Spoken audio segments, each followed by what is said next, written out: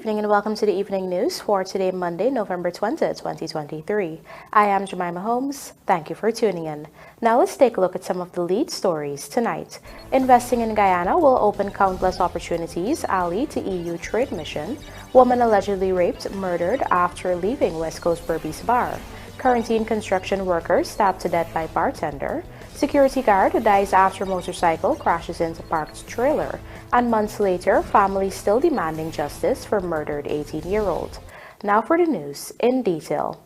Guyanese have been up in arms as skyrocketed produce costs on the local markets continue to strain their pockets in recent weeks. It is a situation which can be blamed on the prolonged El Niño conditions currently facing Guyana, but the government is putting systems in place to cushion these burdens, said President Irfan Ali. Rupa Sinarain reports. Speaking with media operatives on the sidelines of an event, President Dr. Irfan Ali explained that due to the prolonged dry weather conditions, yield and productivity have reduced. The dry season is expected to last until early 2024, a prediction which indicates that the second crop will also be affected. In some areas, some farms have been burnt out because of the extreme heat, and this has caused a drop in supply. Basic theory is that if there is a drop in supply and demand does not decrease, then price increases. So that is primarily the main issue that we have here. The second crop will also be affected because the dry season continues, and that second crop is expected, for example, greens. That crop should come by mid-December. Given the situation, government has intervened to provide $5 billion in support recently to assist both farmers and the Agriculture Ministry. This includes assistance with fertilizers and facilitating farmers' markets countrywide, where the prices remain reasonable. Despite this, there is still the challenge of harsh climatic conditions, an unpreventable variable which is destroying crops. So we are working on supporting the farmers so that their input costs can come down. But they are faced with a challenge that even with reducing input costs, the climatic condition is affecting severely their productivity, which is yield, and also destroying their crop completely. So there's a major problem with supply. Asked when these prices will return to normalcy, the president noted that external variables will determine such. What government will do, he added, is try to minimize the impact of external shocks and variables. It is a matter of ensuring that food is still on the shelves and available for Guyanese. If you look at the numbers, you will see that the policies and the type of measures that we've put in place has minimized that impact substantially. We would love it to come down tomorrow. I would love to tell you that this will come down tomorrow. But what the government has to do is to implement measures that minimize the impact, and we have done that. That is why you see the low inflation rate. That is why you still see food available on the market. Whilst we are working on the supply and demand and the pricing, there are markets because of the climatic condition that are working primarily on getting food on the shelves. The ongoing El Niño phase is expected to continue throughout and beyond November 2023 to January 2024. As a consequence, rainfall amounts are expected to be less than the historical average. Rupa Sinarain, The Evening News. The journey to accessing new markets and capitalizing on the vast opportunities in Guyana begins with a leap to invest in the country's prospering economy. President Irfan Ali on Monday told investors from the visiting European Union trade mission. Here is Rupa Sinarain again with the details. The trade mission arrived in Guyana through the Global Gateway Initiative, a mechanism to bridge investment gaps sustainably. Some 23 companies are visiting from 10 member states. At the Marriott Hotel, President Irfan Ali told the potential investors that they have the opportunity to be part of the most sustainable and resilient story of development that will evolve for 2030 and beyond. However, this partnership will not be starting from zero. From January 2017 to September 2023, total trade with the European Union stood at approximately $11 billion. It has increased steadily in the past 5 years, with an average annual growth of 20%. We are here to tell you in a convincing way that the door for our opportunities is open so that it becomes your opportunities also. Do not believe that you need to do it alone. We have been growing our local private sector. Our local private sector has been taking up the challenge. They're becoming far more sophisticated. They're becoming far more focused and strategic in their outlook. President Ali mentioned that with the driven leadership on food, energy, and climate, there is a demand for investments in the building out of services in healthcare, education, biodiversity, and pharmaceuticals. Expanding operations in Guyana will form an integration into the wider market by capitalizing on existing trade relations which the country sports. This market that I speak of is not the Guyanese market. It is what Guyana offers you in a much wider market based on trade arrangements, trade agreements that we have with those markets. But what we are seeking to do is to create the competitive advantages within Guyana so that you can relocate your services here or expand your services here to better compete and gain access to those markets I wish to speak of. At the end of the day, business viability and economic viability are two different things. EU Ambassador to Guyana, René Van Ness, underscored that the group of companies had a total revenue of 400 billion euros in 2022 and employed a total of 500,000 persons worldwide. According to him, these are not just talks about economic opportunities, but a transformative approach through the European Union's Global Gateway Initiative. We're talking about a real transformative approach, which we now call the European Union's Global Gateway Initiative. So next to providing assistance to countries, this is all about working to create mutual benefits. We have committed as the European Union that between 2021 and 2027, the Global Gateway investment agenda will mobilize worldwide 300 billion euro. So that is not grant money. This is not money that the EU will just hand over to countries. This is the total value of the projects that we want to leverage. Among the companies present are renowned enterprises Nokia and Siemens Energy. Rupa Sinarain, The Evening News. With the number of Venezuelan migrants in Guyana continuing to grow, President Dr. Irfaan Ali has revealed that the government is concerned about the possible entry of military ranks in the country. Guyana can meanwhile stand assured of CARICOM's support in the border controversy, an assurance provided by two regional heads of state. Find out more in this Gerald Bryan report. The influx of migrants from Venezuela at a time when there is a border controversy with that country is a cause for concern by Guyana, particularly as it relates to possible infiltration by military elements. During a press conference on Saturday, however, President Dr. Irfaan Ali made it clear that no effort is being spared to screen these migrants and ensure Guyana's sovereignty. We are taking all actions to ensure that our territorial integrity and sovereignty is protected at all times, even after December 3rd, that we are not taking anything lightly, but we are confident that we will be able to have a situation where our territory is secured and our sovereignty and territorial integrity is intact. The president made reference to a Venezuelan person of interest who was recently detained as an example of the robust monitoring. One person, for example, who was thought to be someone of interest crossed the border, and I think that they're having questioning now on that person.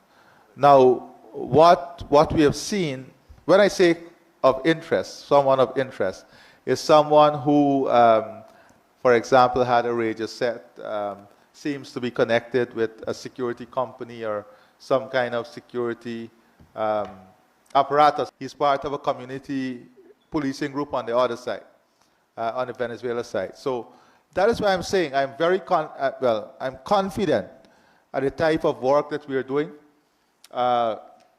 And whilst there are challenges, I'm not here to say that there are challenges. We have been deploying a lot of resources. We're investing in more resources. Meanwhile, Guyana continues to garner international support amid the heightened acts of aggression from Venezuela.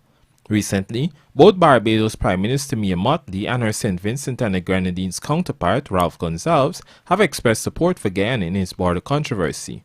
During a press conference of their own, the two heads of state affirmed that individual member states of CARICOM support Guyana, which Mottley said has a strong case.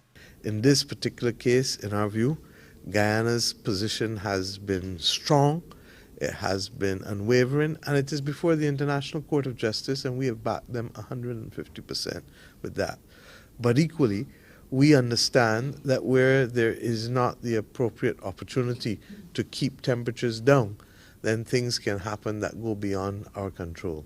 Meanwhile, Gonsalves emphasized that there must be no force or threats of force against any of the two nations. While this controversy is proceeding in the manner in which it is proceeding, for both countries to affirm their commitment to international law and international legal principles, even though they may have a different approach practically to those questions, that they must uphold that the region is one of peace and that there will be no force used or any threat of force, singly or jointly. Jarrell Bryan, The Evening News. Coming up, burned body at Swan, no foul play involved, says source. And months later, family still demanding justice for murdered 18-year-old. Do stay with us. More news ahead.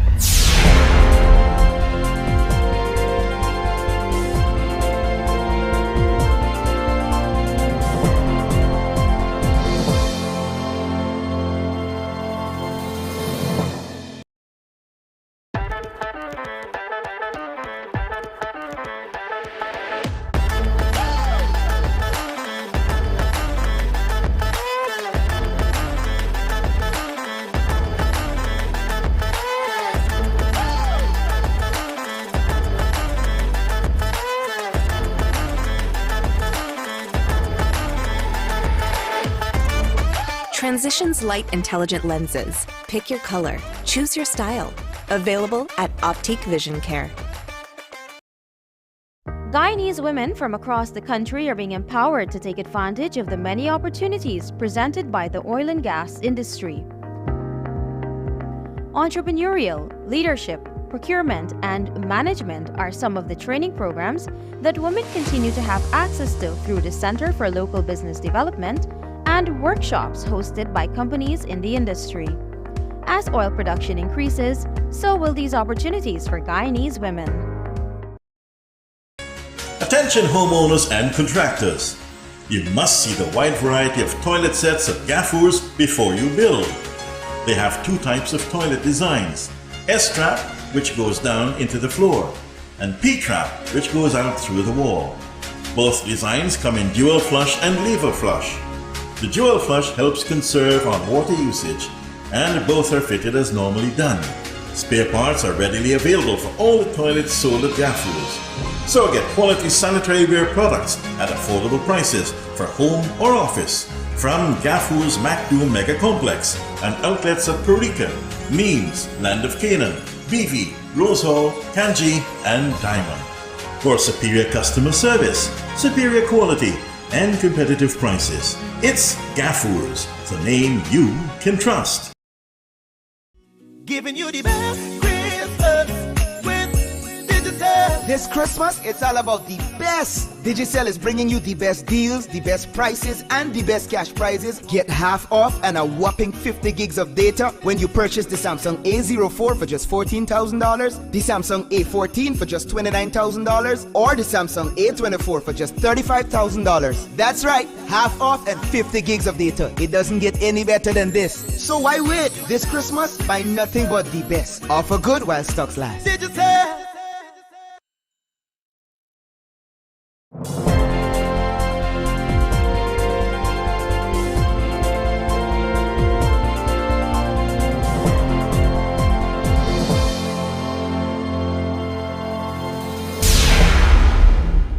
Welcome back. You're watching the evening news. A postmortem performed on the remains suspected to be those of missing Bel Air woman Nirvana Algu that were found at Swan, Susdike Linden Highway confirmed that she died as a result of burns to the body. The autopsy performed on the 45-year-old woman was done on Friday last by Dr. Nihal Singh. During the postmortem, samples of the remains were taken and sent to the CSI unit for DNA testing. A source stated that the autopsy proved that no foul play was involved in the woman's death. The remains were found in a burnt Audi motorcar PTT 4651, which was registered to Algu of Bel Air, Georgetown, 2 Sundays ago. It was reported that a passerby saw the car on fire and immediately contacted the Tamari police station and reported the matter. The caller also related that someone was in the driver's seat of the vehicle at the time. As such, police ranks rushed to the scene where they observed the motorcar parked in a clump of bushes with the driver's door open and what appeared to be bones and the skull of a human on the driver's seat. The area where the car was found had no houses, and more so, the place was extremely dark, hence detectives who arrived at the scene could not gather much information. A party of police ranks returned to the area the following day to conduct further investigations, where they found several bottles containing liquid. These bottles, along with the liquid, were sent to the Guyana Forensic Science Laboratory for analysis. The woman was reportedly last seen at about 16 hours 30 on the day in question at Susdike Junction, East Bank Demerara. CCTV footage retrieved from cameras along the East Bank Demerara corridor proved that the woman was the only occupant in the car. One person was subsequently arrested but later released. We now tell you that the nude body of a woman was on Sunday midday discovered on a vacant plot of land at Experiment New Housing Scheme, West Coast Berbice, Region 5. Andrew Carmichael reports that the woman may have been raped and then murdered. Here are the details. The dead woman has been identified as 47-year-old Danielle Charles, a laborer employed with the NDC Drainage and Irrigation Department of No. 30 Village, West Coast Berbice. Police say an unknown person called 911 and reported that the body of a female was seen at Experiment New Housing Scheme. The body was found amidst some bushes in a state of nudity with the face upwards, a multicolored top with suspected blood stains, a 3/4 hard pants, and underwear were found next to the body. The pants and underwear were cut open, the police said. A used condom and wrapper were found next to the woman's feet, and wrapped up tissue was found between her legs. A total of 10 stab wounds were seen on the body, 6 to the abdomen, 1 to the left side breast, 2 to the throat, and 1 to the center of the chest. Police said the woman would have died between 3 hours 23 on Saturday and 12 hours 10 on Sunday. Charles was reportedly drinking at Level Up Bar situated at Bath Settlement. She was with her relatives and a male and female friend. At about 20 hours, the relative left the bar and went away, leaving her in the company of her friends. Charles's son, Yokeni Joseph, told investigators that at about 3 hours 23 on Sunday morning, his mother called him via cellular phone and asked if he was okay. He said he told her that he was all right and asked her if she was okay, but the phone disconnected. When he returned the call, it went to voicemail. Joseph claimed that the background was quiet when his mother called him. The area in Experiment New Housing Scheme where the body was found was discovered only has 11 houses. Residents have expressed concern over Sunday's discovery. Davika Adams says she was asleep in a hammock when she heard Gaisuko workers who were in a lorry on their way from the field calling out to the community. I decided to walk and go and see why they're hollering. When I go, I saw a woman lying dead on the ground. Well, I didn't get to see what the person looked like. I don't go to because they say that is a woman. So the person the hair kind of curly. It looked like a negro. and I rushed and I called the whole street. It was really shocking to the community because everybody out here, have their own lives to live, but it's so shocking to us because we recently moved in here. We it's only a month now since we moved in here, so it's very hard for us to live with this after today. We have to be on a lookout from now on. This place is actually a new area that now open, and vehicle has been passing here like day and night, so we really don't know is who and who is passing night and day. Another resident, Vanita Paramdas, told the Evening News that she does not feel safe in the community she recently moved into. According to the woman, she, along with other members of the community, would have made reports to the police inviting them to visit the community to deal with a particular situation, but they never visited. For the Evening News, Andrew Carmichael. A Quarantine construction worker is now dead following an argument at a bar on Sunday. Our Berbice correspondent, Andrew Carmichael, joins us again with the details. Dead is 29-year-old Romanan Mingo, called Rambo, of Lot 247 Clifton, Quarantine. The construction worker was reportedly stabbed by the bartender at Amos Sports Bar situated in the same village. Police say the man left his home to play cricket and was imbibing at a supermarket at John's Public Road, Quarantine, when his brother picked him up. While on their way home, they stopped at a bar. According to the police, Mingo went into the shop while his brother stood outside. He said he then saw his brother and the suspects, whose name was given as Andrew, having an argument. He went inside the shop to separate them when he saw Andrew pulled out a knife from his pants waist and stabbed Mingo to his left side chest. Mingo was picked up by his brother and taken to the Port Morant Hospital, where he was pronounced dead on arrival. The body was examined for marks of violence, and one stab wound was seen to the left side chest. The dead man's 27-year-old brother, Dayanand, spoke with Evening News about the incident. Been there right, I come to my house. My brother told me you want something to drink. I carry back to the shop. I tell you the shop shut. He tell me the shop open. So I carry the shop. Give him money to buy something to drink. They give me the buy on the counter here and the buy they argue. Me the outside. I walk for going for bring you outside. And the buy shop and I face stomach. Fall long and he left on the ground. They pick you up for carry you to the hospital. You're dead. Is it a shop that you frequently go to? Yeah. So what was your brother drinking when he went there, when you took him to get something to He never buy nothing. Then from the counter to buy something, and he and the buyer was arguing. And I agreed, he and the buyer argued, the buyer get up and wait there, and the buyer come. Close up to and the buyer shop and knife in belly. Brother, I'm good, bye. Never make problem with nobody. Me know how go. He was married or so? My brother never married, never. Be a big one, yes, a good one. Have a live good, baby, my body never involved in a problem. All body know my body there. Mingo leaves to mourn his mother and his two siblings. Police are on the hunt for the suspect. For the Evening News, Andrew Carmichael. Here is Andrew Carmichael once more with this report on a security guard who died after the motorbike she was riding reportedly crashed into a parked trailer. Here are the details. Dead is 25-year-old Zelina Khan of Mybury South, Blackbush Polder, Quarantine. The incident occurred on Saturday at about 21 hours along the Mybury Public Road. Khan was at the time riding a motorcycle carrying a trade plate as she had purchased it a few days prior and it was not yet registered. According to her father, Nizam Khan, she had gone to uplift food from a barbecue in the neighboring polder of Zambia and was on her way home when the incident occurred. Khan said his daughter's husband had accompanied her and was about 200 meters behind her when the incident occurred. Husband say he see one light spin round on the road, and when she end up and go, the man pick up his motorbike and he gone, and we see the motorbike and he knows the way we white motorbike, and when he's done do see she down the trailer, but when he talks to the bike, he tell the man, we're not going to my wife. Police have not officially provided any details on the incident. However, a source close to the police says that the woman rode into the parked trailer.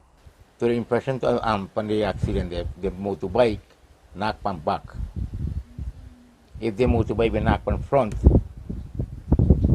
but that's, you know, you have to say you knock on front and you pitch over, but the motorbike knock on back because the back will bend. And not on the front of the motorbike. And when they pick you up, when they pick you up, he was going to pick him up before you hold up on the hand. You don't get it. Can't talk nothing no more.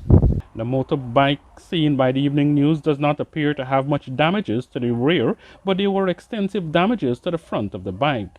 The now dead woman's father says she suffered head injuries. Me and my wife, I will go there. When we going to the doctor and see me that this whole one city denting. And we only put my hand on the stomach so, and we feel no breathing, but the doctor told me to walk out. When I walk out, my wife will go in and tell her, I know where you're going. Because we don't know it yet.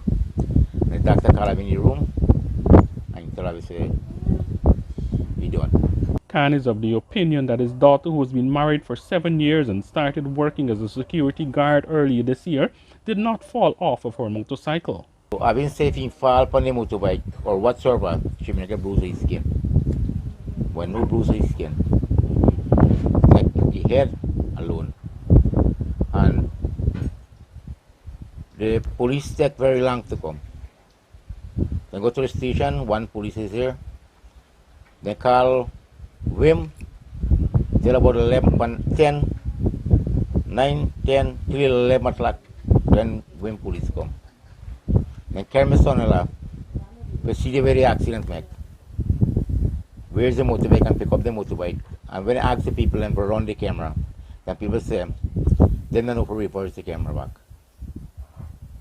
So the police are gone and they come back the another morning now, 2 jeep load. Never inform me. So I'll be go and see the camera, whatsoever happened. We will certify if we go and see the camera. So okay, my data wrong, we consider with that. Right? Then do what happen now, we have no results. Why is how my data dead? The police are continuing their investigations and have since questioned the motorcyclist. For the evening news, Andrew Carmichael. The family of 18-year-old Daquan Pyle, who was brutally murdered while trying to rescue his sister back in June, is still pleading with the authorities months after his death to help them find justice and some peace by arresting the alleged suspect, who is still walking free.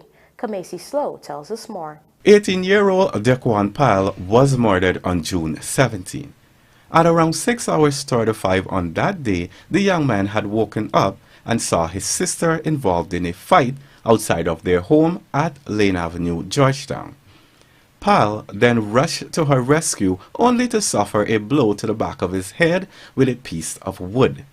He immediately collapsed and was shortly rushed to the Georgetown Hospital, where he was pronounced dead on arrival. Now, more than 5 months after his death, the family is still waiting for justice. The Evening News spoke with the victim's aunt, Melissa Pyle, who recalled the events of that unfortunate day. Yes, Carlton Waldron, right? And he's the person that lashed, because he was standing with his girlfriend too, on the one side. And after I see her, I turn right away for render assistance for my nephew, because my nephew fall on the floor. And I sat down here upon this piece of beam here, and I tried to raise his head and put it on my leg. And in the midst of all this, my nephew got this lash, and he was on the floor, and I had it on my legs, and I think bottles was still pelting and so on. She laments the fact that justice seems to be evasive. After the whole thing went wrong, police station, the matter is apparently over there. They're dealing with it. Could you tell us who is the officer that you took your report? Yes, ASP, or whatever they call him. Rupert Singh, Mr. Singh, Indian guy, Rupert Singh. Yeah, and they have Sergeant LaRose. Yeah, and a next one by the name of Smith. Yeah, the three of them, they were the investigators and so dealing with the matter. And, from since then to now, have you guys gotten any kind of updated information as to, where the case is at? Y'all ever went to court or anything? No, nobody never get old. First thing, the three brothers, they accomplice them, right? They never get hold and get charged, and they get hold, but they just lose them. And they just scot-free, they pass normally passing So here. right here. Freely going about the business, doing work, and even to the killer. Even to the killer, because I usually wouldn't message or go to Wrongville police station. So but there's another thing yes, I want to know. If you go yeah. into them, let them know. And when they go, they would say that the DPP sent out no information, no sent out nothing back pertaining to these boys get hold on the brothers, because mind you, my niece, she had a puncture. One of the brothers had choked her the same morning in her head. She had a puncture. Mr. Singh well aware about it, because you see, Sienna France. Right? She have medicals and everything, yeah. Even to me, with my marks, and so that I endured, and I did the same day, with the same morning about the incident. Nobody never really said anything. Yeah. Mr. Singh tell me that I got help in a kind of way whereby I got go out and do policing work. In fact, the family believes that police are not properly dealing with the matter and seem to not care about delivering justice. Meanwhile, the family claims that they have to live with threats from the suspect and his friends who lived in the neighborhood. Dequan Pyle, a former student of the David Rowe Secondary School, worked as a porter. He lived with his two aunts, his grandmother and sister, following the death of his mother last year from breast cancer. I am Kamisi Slow, reporting for the Evening News. And now for a look at the bridge reports. There are no scheduled retractions for Tuesday, 21st of November 2023. Meanwhile, the Berbice River Bridge is expected to be closed at 11:15 hours on Tuesday, November the 21st, 2023 for a period of 1.5 hours. Lima Call League, Mackenzie draws with Chase in round 5 highlights, and Marion West Rheinveld St. John's entertain on girls U11 opening day. Details of these stories and more in the Sportcast, sponsored by MacCorp, coming up on the other side of the break.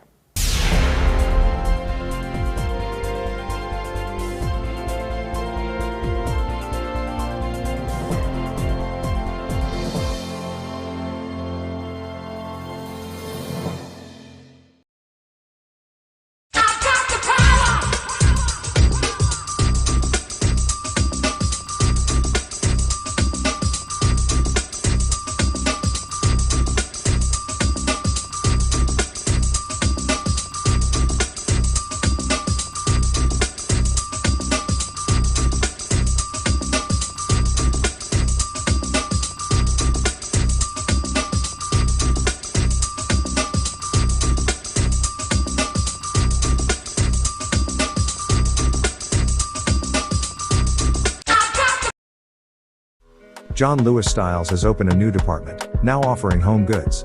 Here you can find quality sheets and towels, pillows, blankets and even bath mats and shower curtains. Organize your laundry with clothes baskets, fabric steamers, irons and ironing boards. For the kitchen we have small appliances, towels and mittens, pot sets and dinner sets too.